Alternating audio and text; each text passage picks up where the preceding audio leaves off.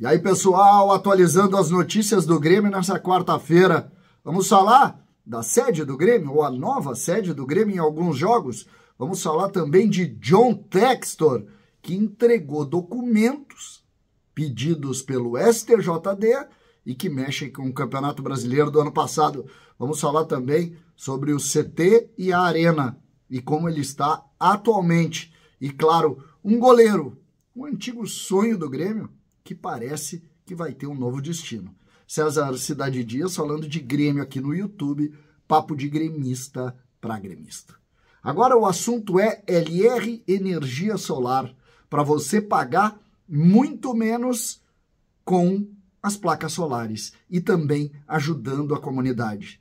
A LR criou um pacote que em cada compra, R$400 vai ser revertido para a comunidade de Canoas para ajudar as pessoas. Então, compre, pague o básico apenas da conta da luz, coloque em um momento de reconstrução do Estado, coloque as placas solares para você ter mais dinheiro, para você ter mais soluções.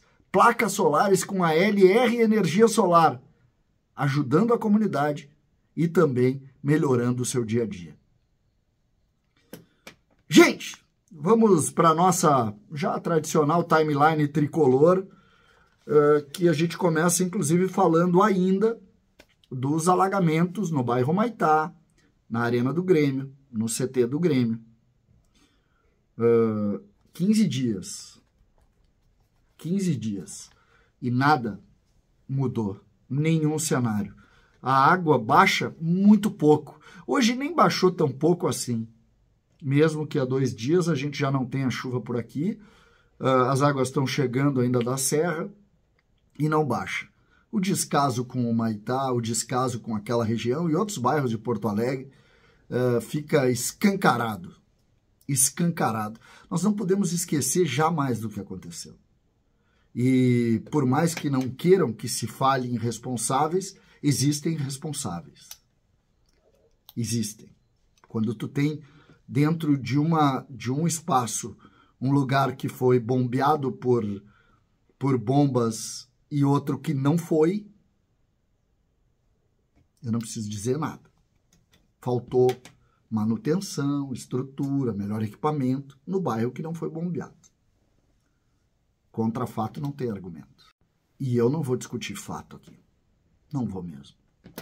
Então, dificilmente nós teremos futebol na nossa casa e dificilmente nós vamos treinar até agosto, porque isso não vai ser ajustado.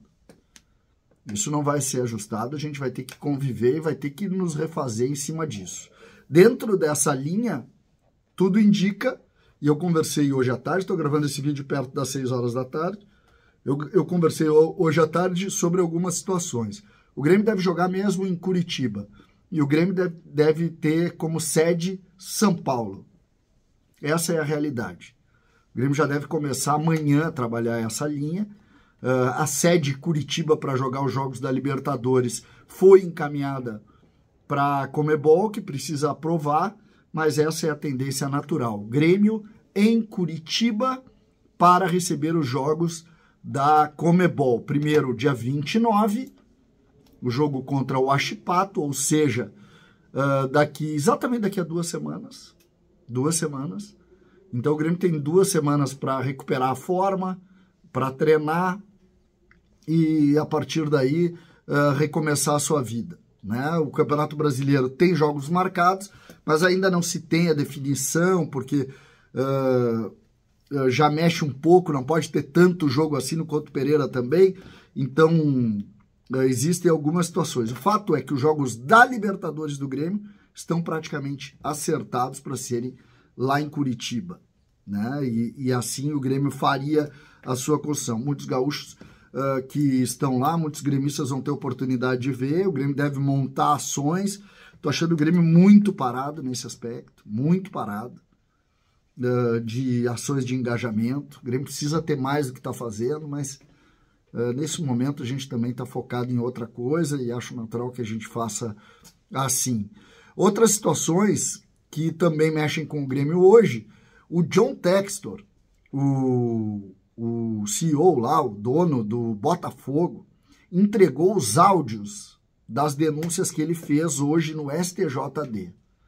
O STJD fez uma cobrança para ele entregar as provas que ele diz ter sobre o Campeonato Brasileiro do ano passado e também do ano de 2022, e ele hoje fez isso.